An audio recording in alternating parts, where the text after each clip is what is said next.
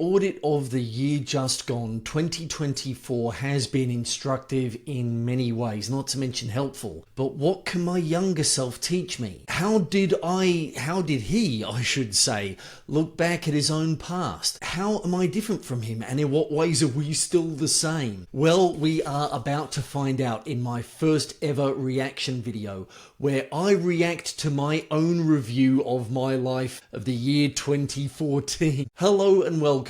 I'm Rob Farker, a 40-something lover of sleek futures and cool machines who is taking his perspective to YouTube to talk about life, the universe and everything, and how to do all of the above with a little more intent. A couple of things I do want to say at the top of the episode, as usual. If you enjoy what you are seeing, please give the episode a like. Please subscribe to the channel if you haven't done so already. And if you can, pop a comment in the comments section down below. Your interest in this video will tell YouTube that my channel is worth promoting, and it may well help me improve the content and variety and quality of these videos. So, a little earlier on today, I was going through my list of videos that were already up on YouTube, sorting them by popularity. And while I was having a scroll through, I found a review of my life that me from 10 years ago had done, taking a look at what had happened in 2014 and what I wanted out of life in 2015. I got about a minute into it, thankfully it's a 13-minute episode, and then the idea hit me. Why not do a reaction video? I've talked a little bit previously in my specking out of what this 6-month mission that I'm on is going to be, and the possibility of reacting to other YouTubers' videos, particularly those around processes. And then if I'm going to be talking processes and reviewing life and doing it a bit better, this would in a way be a perfect thing to look at. So, to make life a little bit easier on myself, I decided that I was going to use the Streamlabs platform to actually record this video on. How about I whack my glasses on so that I can actually see my own notes and maybe even make some ones as I go a little bit easier. And let's have a play of how I looked at life back in 2014 and how I feel about it now. Hello everybody, I hope you had a Merry Christmas and that you're about to have a very Happy New Year. Thank you very much for watching. My name's Rob and I wanted to do a quick summary of 2014, at least for me anyway. Hopefully I can do a better job of eye contact this time, or should that be like there to the webcams don't have hands anyways. Yeah, forgive me, I'm going to laugh at my own jokes, for God's sake, why not? If I can't be expected to laugh at my own jokes, how can I expect anyone else to? Anyway. Vicky and I are fine. Vicky's struggling a little bit with health at the moment. Her knees, after a couple of rather unfortunate falls, are giving her a fair bit of grief. She has also had to give up being vegetarian under doctor's orders in order to get enough iron into her system. Eating steak reminds me how little I missed it in the first place. Still, if the doctor says so, that's what you've got to do, and I think there are a few people hoping I'll get a bit more meat on my bones this year. My wife, as many of you who might be watching this, around the time as I record it, know, passed away in April 2019. April this year will be 6 years since she passed on. This video is being recorded in our old living room back in Gordonvale, a town south of Cairns. I no longer live there. I no longer own that house. She'd been having health problems since about 2009 onward. 2015 kind of felt like when the trips into hospital by ambulance, the frequency of them started to increase. I'm still glad that I got a few things done. I got to be the host of Tropicon in 2015, but yeah, kind of from that point onward, life became a little bit more about making sure she was okay and making sure the medical expenses were covered and things like that. I feel like I'm saying a lot now. I will try and take a few deep breaths and think a little bit more cogently and let things come more naturally, maybe even just pause rather than fill the space with verbal, what's the word I'm looking for? punctuation. What I have been digging this year has been drawing. My initial efforts were of course awful and I wanted to give it up, but I kept just going through, and then I started getting stuff down on paper which I thought was good enough to show people. And while my frequency has not been as often as I otherwise would like it, I did a couple of strips in November within a week of each other and thought, yes, I'm back on the bandwagon. And then my next one I put up just this morning, about almost 2 months later. I'm trying not to beat myself up about that too much, because that's just more discouragement to get back to it again if I'm trying to make myself feel miserable. It has been great fun doing it, and it's been good doing strips about life and about video games and about the characters in the novel that I decided to put aside the year before last, having tried writing it and outlining it and just frustrating myself with the deal. So I think there's a bit of a through line of the frustrated creative with me. Drawing is something that I have done on and off for years. I tried it again recently, and I'm feeling like it's something that's perhaps I do like looking back at the stuff that I did. Hang on a second. This might be a cut for later, but where's my... Here we are. So this is the folder that I keep a lot of my old drawings and such in. There's sort of like a 2-page run of, well, I think there were 4 strips of this one in total. There was one before this one here. Oh, you can't see me wiggling my fingers. There was one before this one, and then one after this one. Actually, no, I think that was the last. So there was just the 3. And let me see if I can find that Slam Dance one again. So here is that Slam Dance one again, now that he is a little bit easier to see. There is this bit of me that, especially when it comes to things like doing novels, balks at the idea of, everything I've heard about writing a book is that it's a thing that can take up your time for a year or so. Even if you do take a few months to get a first draft, that's just the first draft. Even if we're talking fiction, it needs, a huge amount of revision. The first draft will probably get completely trunked. You might wind up rewriting it from the get-go. And I don't know, there's a little bit of me, if you'll forgive the term, the attention slut in me, that just wants to get stuff out more quickly and get it in front of people and do smaller stuff that requires less editing. And yeah, I think I also like this idea of standing in front of a camera and speaking into a microphone rather than writing. I do note that you can see my mouse pointer there. That in the background, that I'm pretty sure is a clutch pencil. Pacer was what they used to call those things back when they were first introduced, and there was like a single brand that dominated the thing, and before they just became everywhere. It's like the way Hoover used to be the standard term for a vacuum cleaner, and now I don't think you've even heard of Hoovers anymore. Nowadays it's more like Dysons, even though they're diversing everywhere too. I find things work better when I just have an idea that makes me laugh, and if I can stretch it out into several strips, all the better. If not, if it can just be done in 3 or 4 panels, fantastic. Get it done, get it published. Even if I am struggling with dialogue or getting it inked or shaded properly, that's been fun to play with. Has been starting from something that makes me smile or makes me laugh. That's where it really comes from, and that's what keeps me going. There is something about that whole idea of getting something up and done and out, even if it's not perfect. I have found myself of late, when I'm working on this 6-month mission and particularly thinking about what I want to do, I'm not sure if I mentioned it in my year in review post for 2024. I've been sitting down and trying to brainstorm and think about what I wanted to do, and I was just struck with this feeling like what I could be doing instead is just get up and do something, get in front of a camera and see what comes out, which I have the sneaking suspicion might be at least a brainstorming method that works for me rather than other ways of doing things. Or maybe at least it needs to be done in combination. There are times when I need to brainstorm.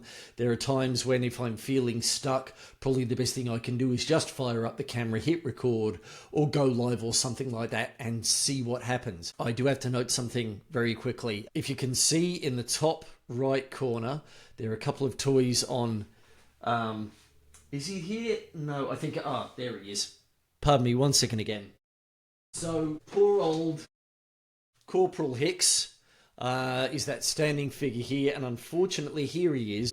Here is my Corporal Hicks, whose arm has unfortunately snapped off, and I don't know, there may be a quick and easy way of fixing it. Actually, that might be... I might just need, a bit of super glue or some such. Again, I think it's that perfectionist in me that is stopping me from just doing my best to get him fixed and doing it right. But yeah, this is the McFarlane Toys line of Aliens figures, and it came out in the early 2000s. I'm pretty sure I bought him while I was still in Sydney, after I moved in with Vicky, but before we moved to Cairns. So here we go. Here he is. My apologies to Michael Bean for snapping your arm, mate. Sorry. So you'll notice that there is this red truck, and you can probably see the silver and a hint of blue on it. Here we go. Same truck, just in its alternate form. I definitely did buy this Optimus Prime while I was still in Sydney because, I remember it arriving, while I was living with Vicky. So yes, some things don't change. I'm still glad to have both of these, although, I've got to fix up Corporal Hicks's arm at some point. And as you can see behind me, I've, got a few other toys, some of which, I think I spent maybe about $40, $50 on this Optimus Prime back in the day. And I think I recently spent just under $500 for that Macross Frontier VF25F sitting on the stand. Although that Prime there was about $40 at the shops as well. I still wouldn't mind getting myself one of those $200 Masterpiece Edition Optimuses that they put out when Bumblebee came out.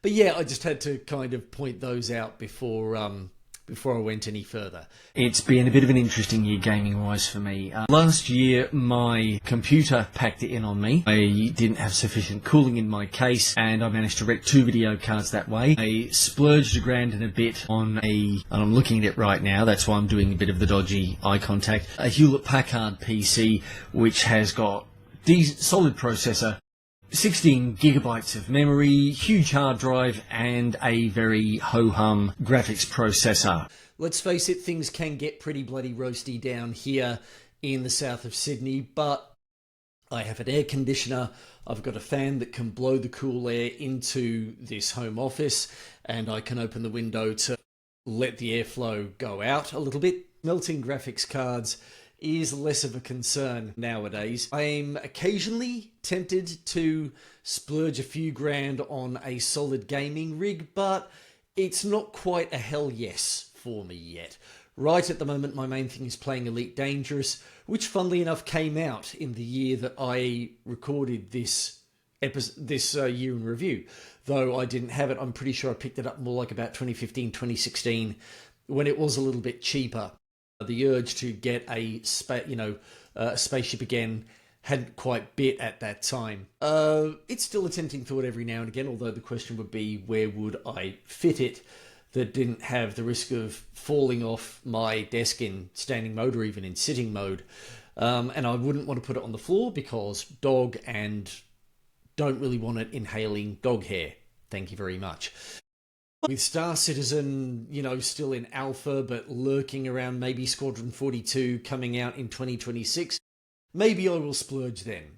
We will see. I wish I'd actually said how huge the huge hard drive was back then. Not sure if I've got the specs for the HP Pavilion that I was talking about, just to compare what was huge then to what is huge now. There's a dick joke in there somewhere, but I think I'll leave it alone. Sorry, sweeties.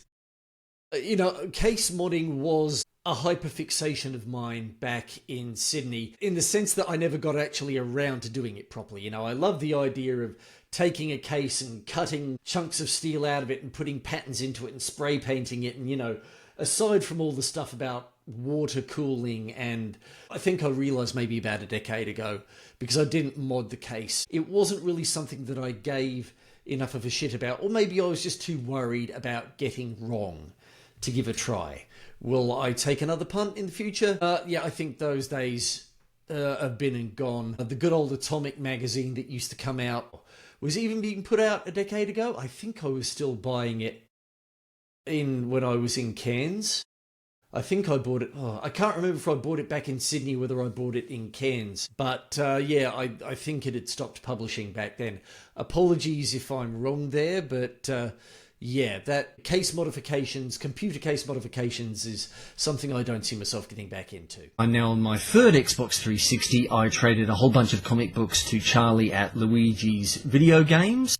So yeah, I don't have an Xbox 360 anymore. I think that one also wound up packing it in. I have an Xbox One, which I got 3 years later than this video in 2017. It was used. I can't remember exactly when the Xbox One came out, but it's one of the smaller ones. I think it's an Xbox One S. It has served me bloody well. No concerns with it whatsoever. I've occasionally flirted with the idea of getting an Xbox Series X, but again, it's just not quite a hell yes for me. Not just yet. Things back a little bit.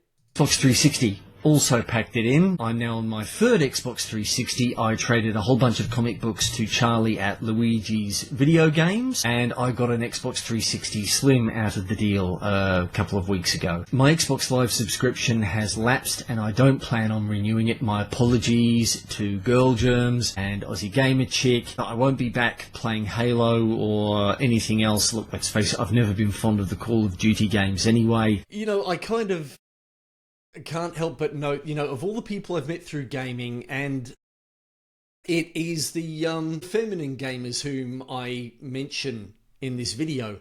And I don't know, I've kind of wondered, I've always seemed to get along better with the feminine of the species rather than masculine. I went to an all-boys high school, I've got friends from those days, but yeah, it just seems like I don't see much of them.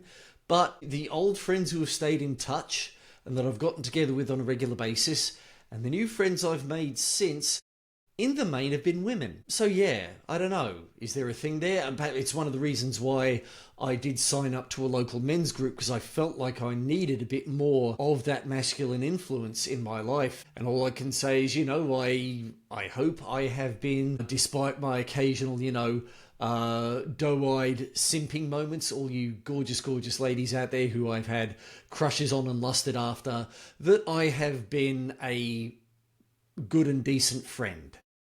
I don't want to pat myself in the back and say it seems like I've done a pretty good job. I mean, Girl Germs and Aussie Gamer Chick, sadly.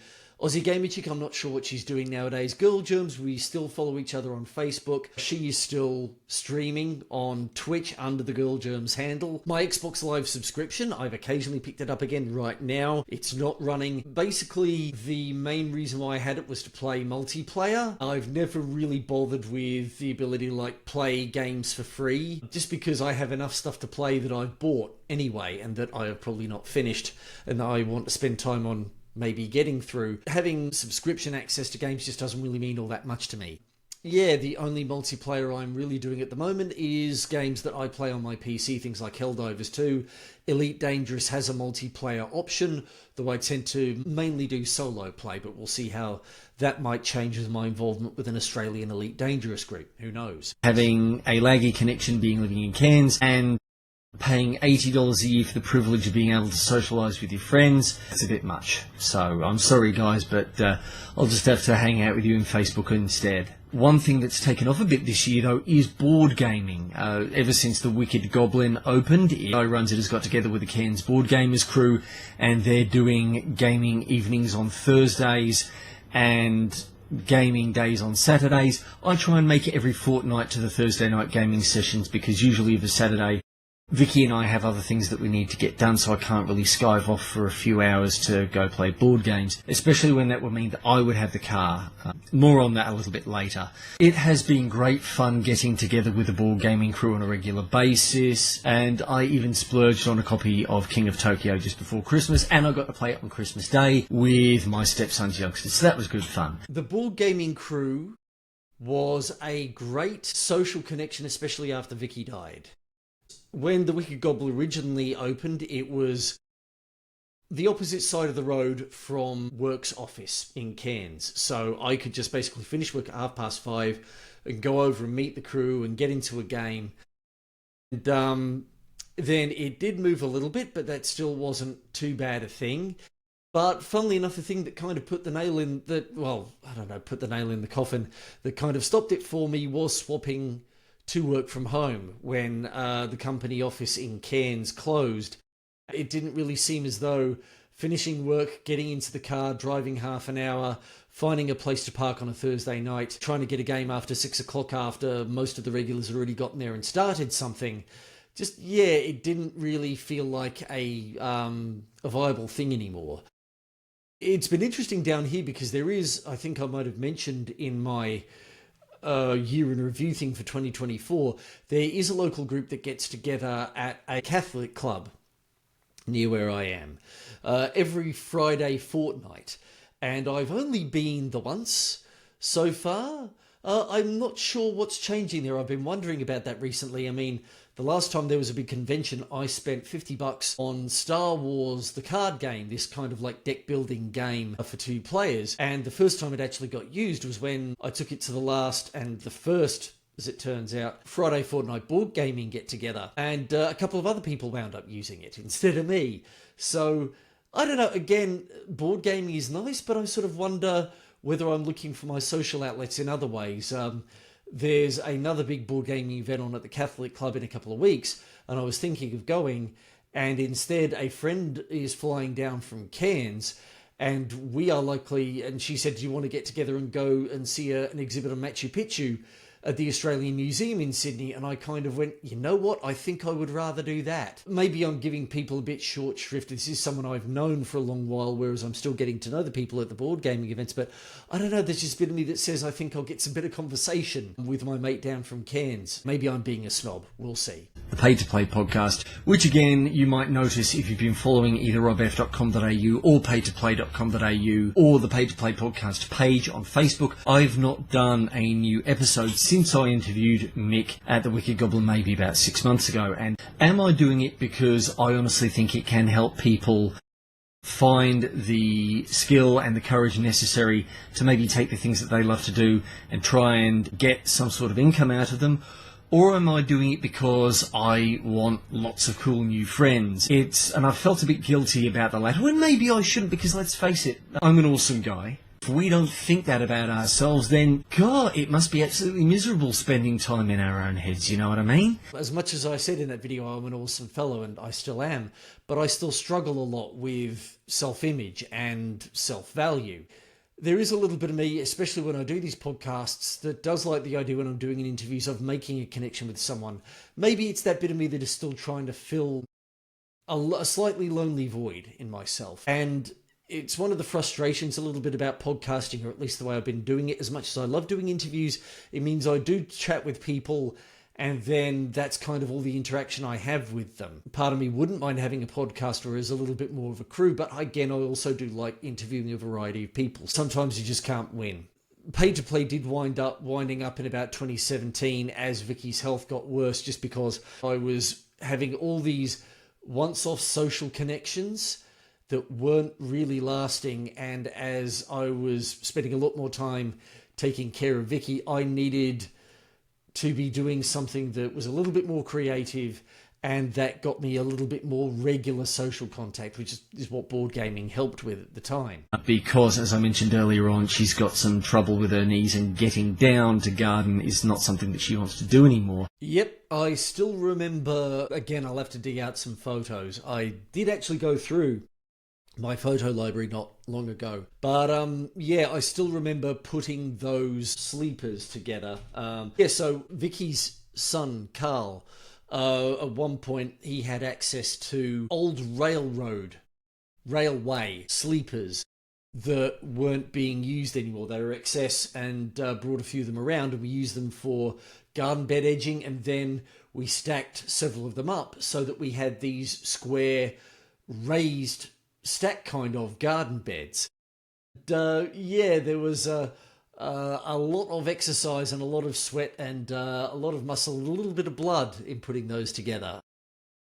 While I don't miss the maintenance of that big yard back in Gordonvale, I do miss it sometimes. It was a lovely block of land to be on. And I meant to get them fertilised, and I got a bit slack, and the weather has been... When I say it's been horrible, I mean it's been uniformly very bright and very hot. The wet season, which should well and truly have started by now, we should have gotten some monsoon rains, has not turned up. Right at the moment, all I can do really is just tend to the soil until things cool down a little bit and I can really get into getting it fertilised and getting it planted in earnest. And I will do my level best to not beat myself up over it, because if I do that, I am just giving myself more incentive to not think about it and leave it the hell alone. The Foxy lady, my motor scooter, I have had her for over 2 years now, and I still don't have my full cycle riding license yet. I've been doing a fair bit of practice with Celia this year. Thank you again very much, Celia, for all the time that you have put in with me, nipping out to go riding with me. I was all set to take the test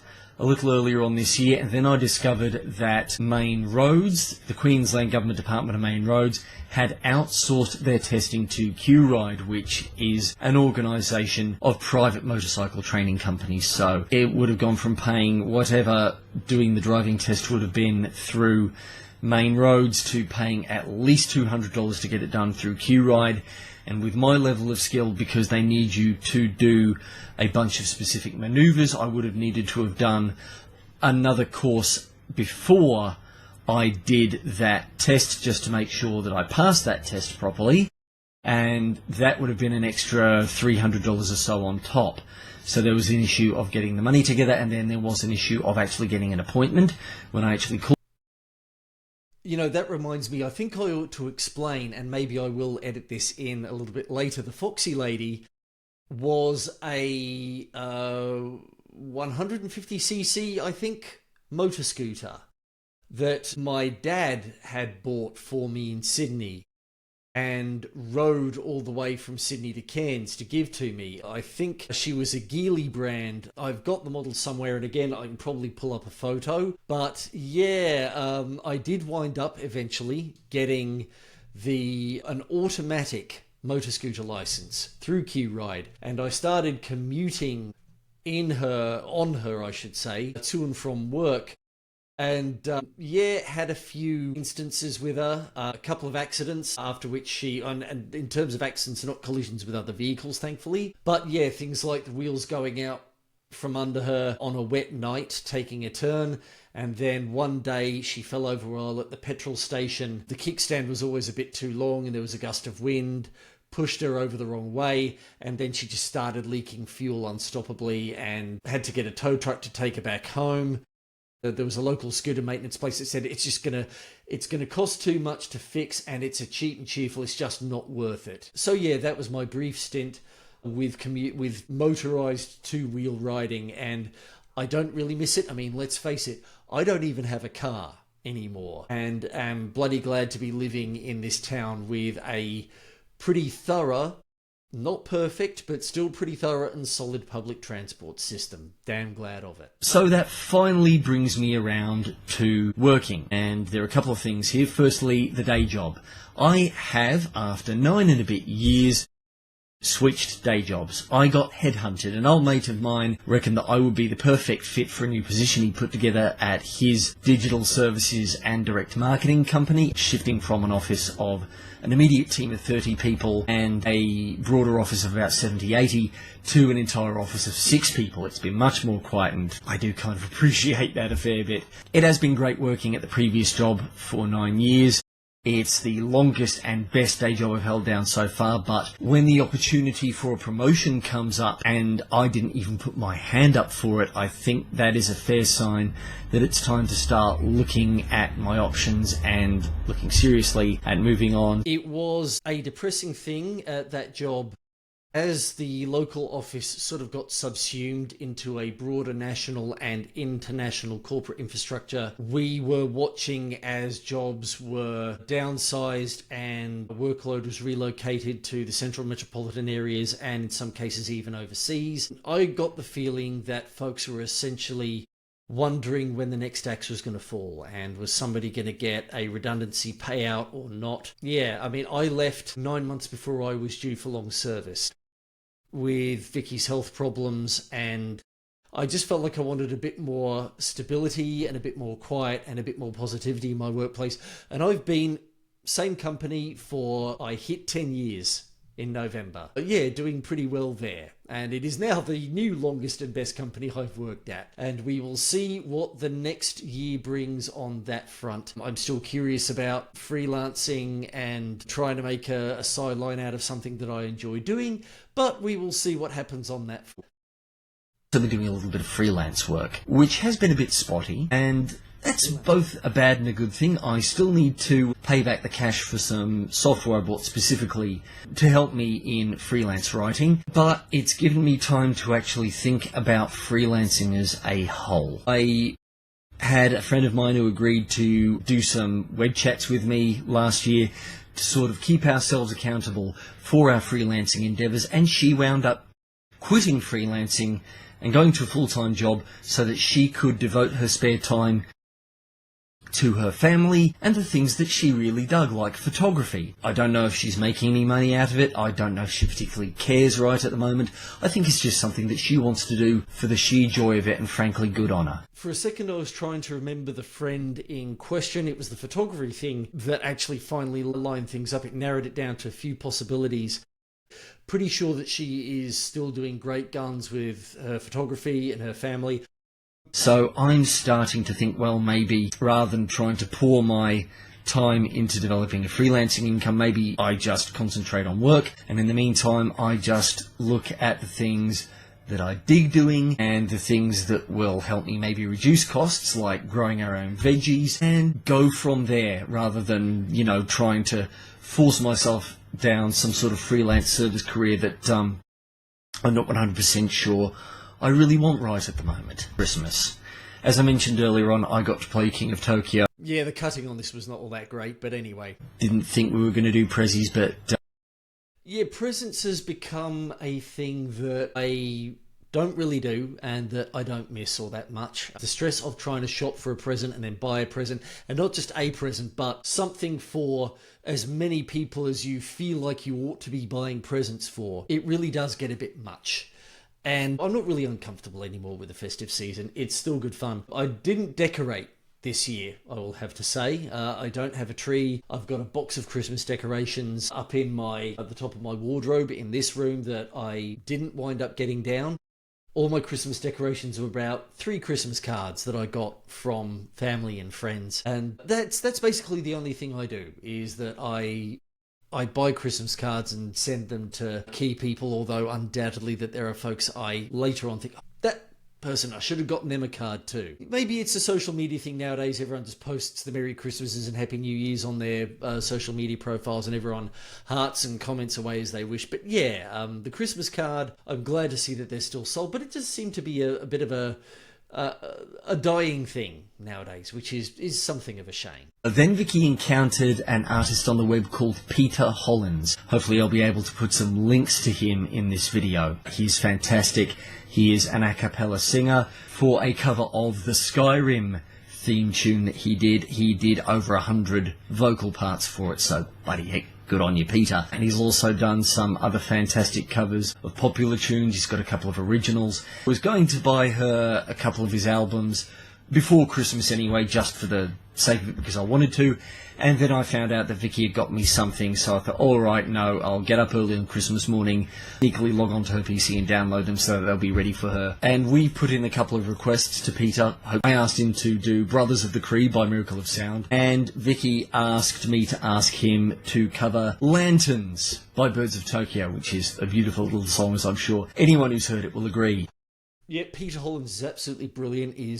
As far as I'm aware, still doing stuff, although I don't follow him too closely. There are many times over the heartbreaks of the past, 6 years. Jason Mraz has this wonderful tune called I Won't Give Up, and I kind of like, I will admit, I kind of like Peter Hollins' version a little bit better. But yeah, there are times where I've, it's given voice to a feeling. It's schmaltzy, it's gooey, it's a 3-4 time love song in the fine tradition of 3-4 time love songs. It's easy to kind of scoff at them, and sometimes I do. But yeah, sometimes it's just that song that you need to hear when you are feeling a bit sad. To my knowledge, Peter never covered either of those songs, and I feel like I ought to be putting some linkage, but yeah, he's He's good fun. One of the songs of his that come to mind that I loved him doing covers of were Want You Gone from the Portal 2 closing credits.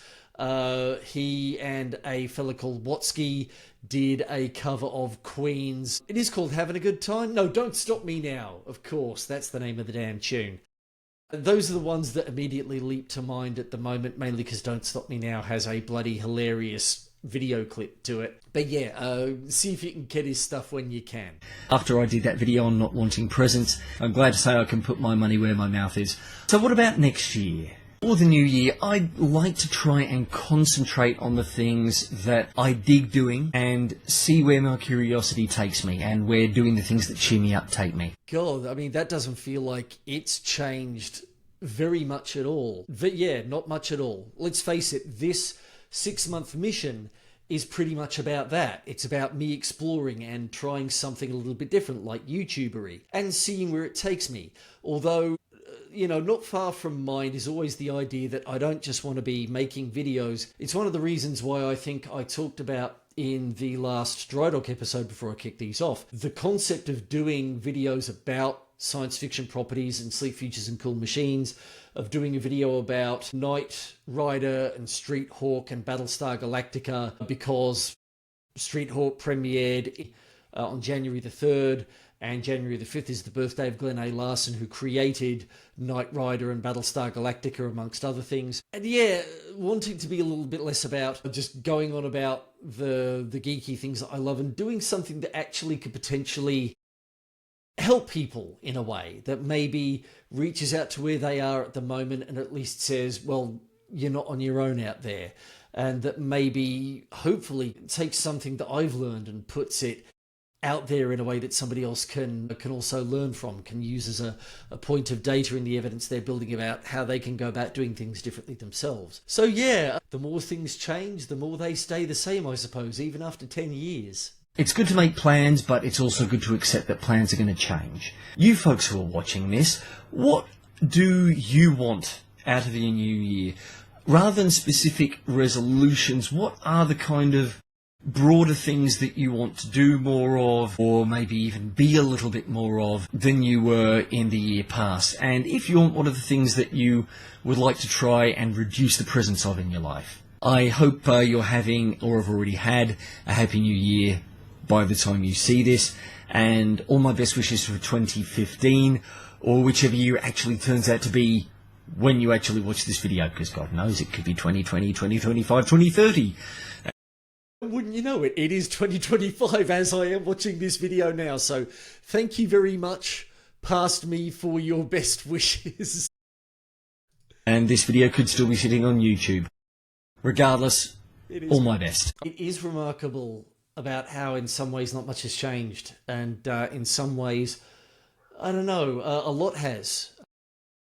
That room that I'm in is, well, it's likely still there physically. I don't know whether whomever has bought it is going to basically just knock it down and develop the land, or whether they are going to renovate, and if they do, good luck to you folks, all the best. But yeah, it definitely doesn't exist in that way anymore. Where I was recording was like my corner, my half of that room, and the other half was Vicky's desk and her computer. So even after she died, it took me a little bit of time, but I did rearrange things so that I was in her side of the room and had a bit more space for storing things and organising things closer to, you know, where I'd been sitting previously. Yeah, but I am gone from that place, and this time last year I was still at my friend in the Blue Mountains, and now I am here, and I'm still at the same job, still kind of doing a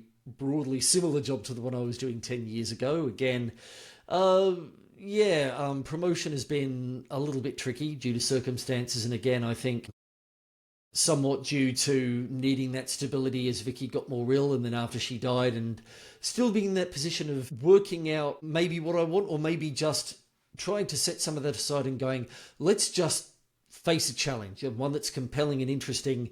Let's just put myself out into life and find out what's out there for me, which I think from having moved down here, from all of the stuff that I talked about in my 2024 in review, I think I'm actually doing pretty well. It's just like all the small incremental things that are ideally going to build up toward something bloody awesome, and which hopefully that this YouTube channel does as well.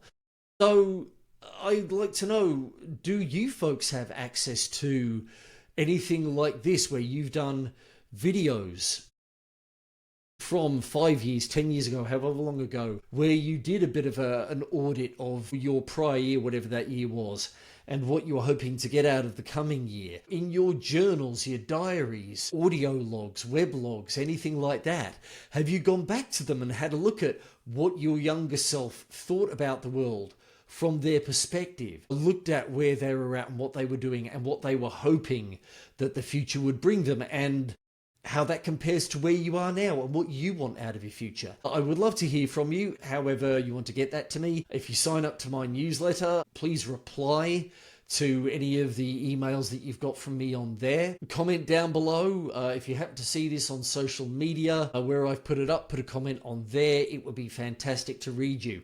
And I am still working out how to do title cards, so we will see how that works. I will see if this allows me to do a title card, if I can put the video, I believe the correct positioning is here. It may well be that 2024 year in review video that I will try and put here.